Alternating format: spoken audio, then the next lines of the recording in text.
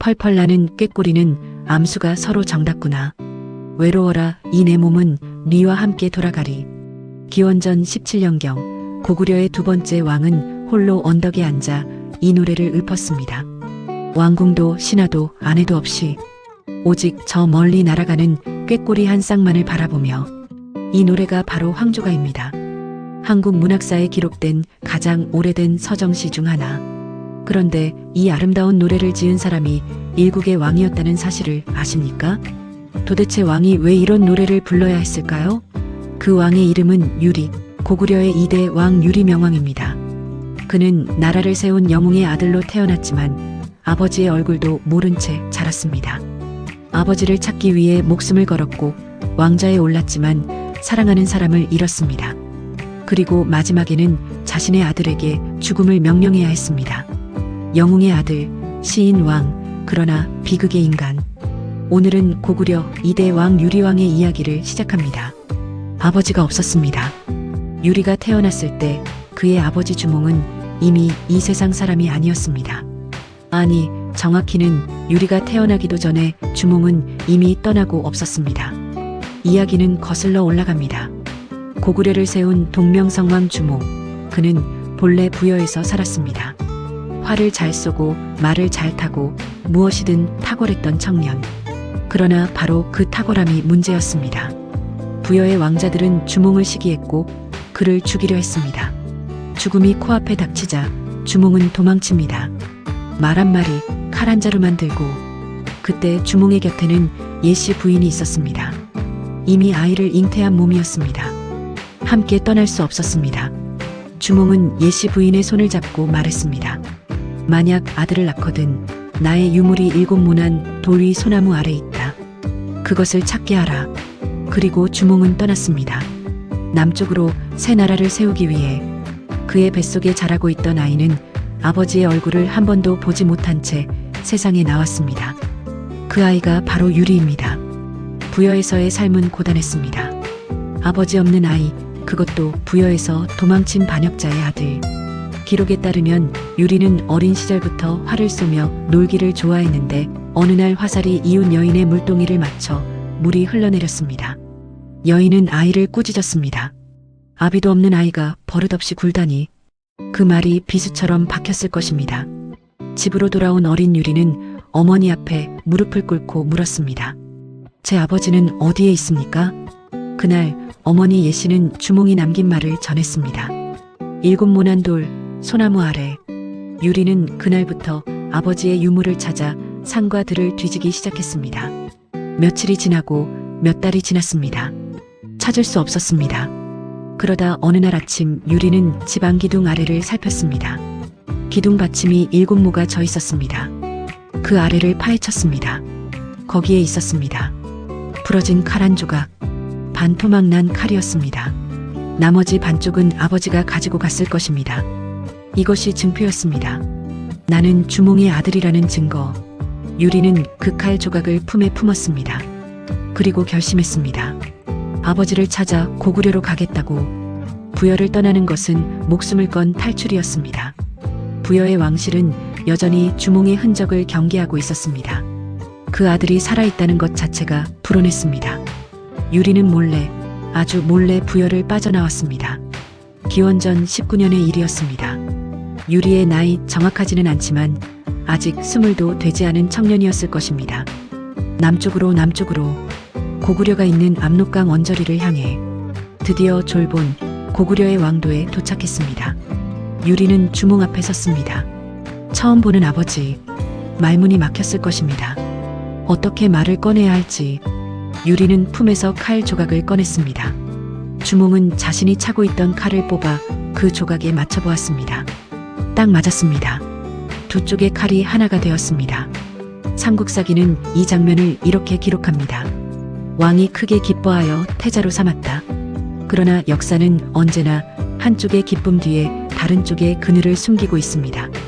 주몽에게는 이미 다른 아들들이 있었습니다. 비류와 온조. 고구려에서 나고 자란 이들은 이복형 유리가 갑자기 나타나 태자 자리를 차지하는 것을 받아들일 수 없었습니다. 기록에 따르면 비류와 온조는 결국 고구려를 떠납니다. 남쪽으로 내려가 새 나라를 세우니 그것이 훗날의 백제가 됩니다. 형제들이 떠났습니다. 아버지의 왕국에서 유리는 또다시 혼자였습니다. 그리고 기원전 19년 주몽이 세상을 떠납니다.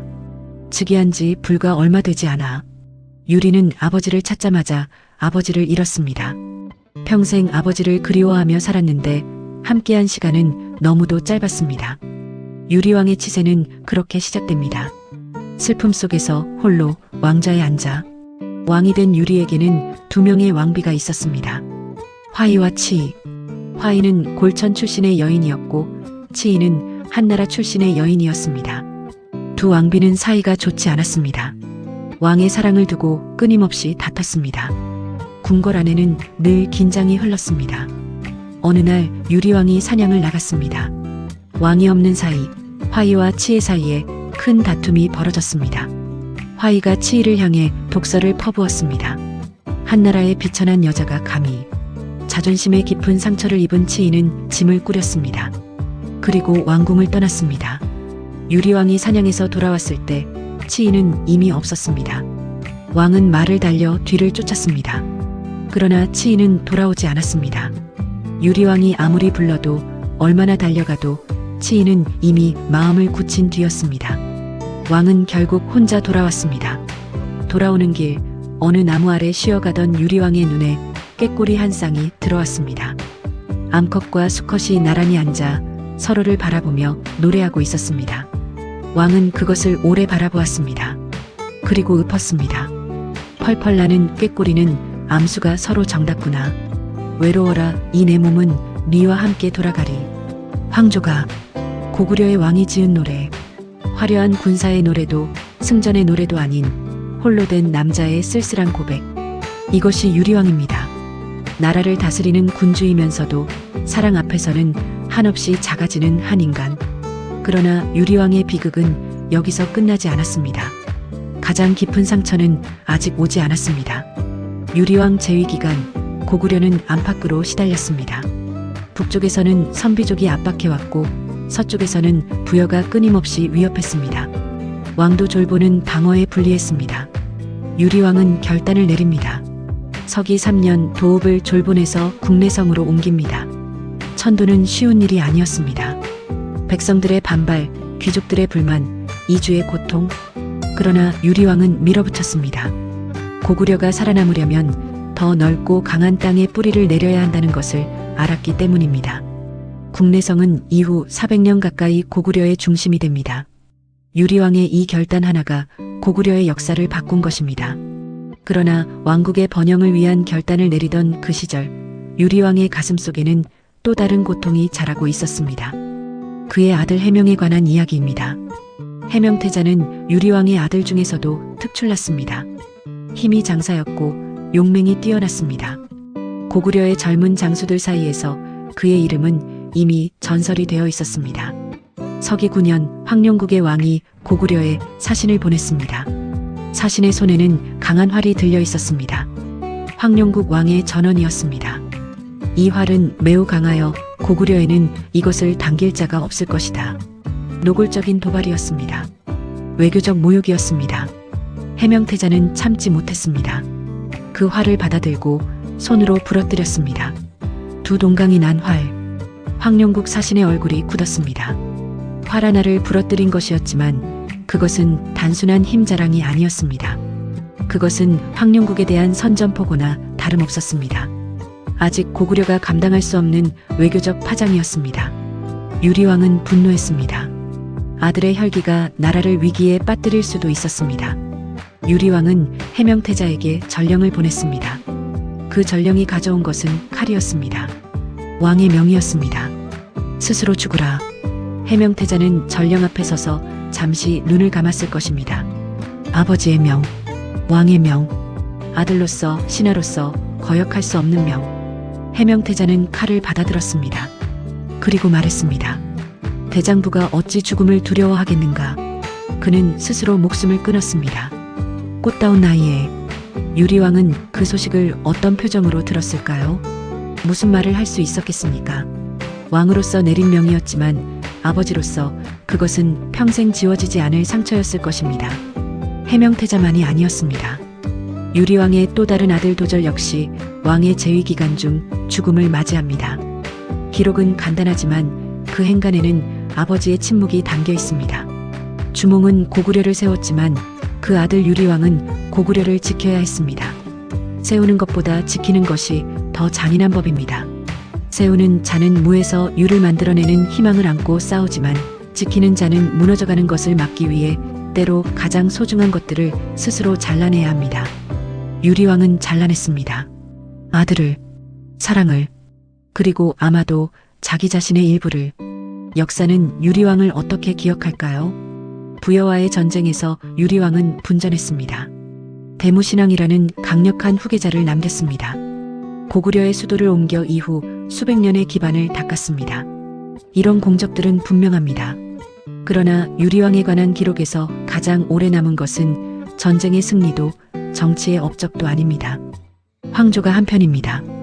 펄펄 나는 꾀꼬리를 바라보며 쓸쓸히 노래한 왕. 그 짧은 네 줄이 2000년을 넘어 지금 이 자리까지 살아남았습니다. 어쩌면 그것이 유리왕이 남기고 싶었던 것이었는지도 모릅니다. 왕으로서의 무게가 아닌 한 인간으로서의 감정. 강해야만 했던 시대에 약해도 괜찮다는 고백. 사랑을 잃고 슬퍼하는 것이 왕이라도 허락되어야 한다는 외침. 역사의 심판은 냉정합니다. 유리왕의 치세에는 비판도 있습니다. 해명태자를 죽게 한 것을 두고 일부 학자들은 유리왕이 지나치게 주변국의 눈치를 봤다고 말합니다. 반면 다른 시각에서는 당시 고구려의 국력으로 황룡국과의 충돌은 치명적일 수 있었다고 봅니다. 왕의 선택이 옳았는가, 잘못되었는가? 그것은 지금도 논란입니다. 그러나 분명한 것이 있습니다. 유리왕은 왕의 자리가 얼마나 외로운 자리인지를 몸으로 살아낸 사람이었습니다. 아버지를 찾아 헤맸고 아버지를 잃었습니다. 사랑했던 여인이 떠났습니다. 아들에게 죽음을 명했습니다. 그 모든 것을 안고 왕좌에 앉아 있어야 했습니다. 서기 18년 유리왕은 세상을 떠납니다. 재위 37년. 고구려 역사상 가장 긴 재위 기간 중 하나입니다. 그가 떠난 자리에는 노래 한 편이 남았습니다. 펄펄 나는 꾀꼬리는 암수가 서로 정답구나. 외로워라 이 내 몸은 네와 함께 돌아가리. 이 노래를 지을 때 유리왕은 무슨 생각을 했을까요? 치이였을까요? 아니면 일찍 떠난 아버지 주몽이었을까요? 아니면 스스로 목숨을 끊은 아들 해명이었을까요? 우리는 알 수 없습니다. 그러나 그 모르는 것들이 모여 황조가를 더욱 깊게 만듭니다. 여러분께 질문을 드리고 싶습니다. 만약 여러분이 유리왕의 자리에 있었다면 해명태자에게 죽음을 명했겠습니까? 나라를 지키기 위해 아들을 희생시키는 것이 왕의 도리였을까요? 아니면 어떤 이유로도 아버지가 아들에게 죽음을 강요해서는 안 되는 것일까요? 댓글로 여러분의 생각을 남겨주세요. 1000년이 넘은 질문이지만 지금도 답이 쉽지 않은 질문입니다. 오늘 영상이 도움이 되셨다면 구독과 좋아요를 부탁드립니다. 다음 영상에서도 잊혀진 역사 속 인물들의 이야기를 가지고 돌아오겠습니다.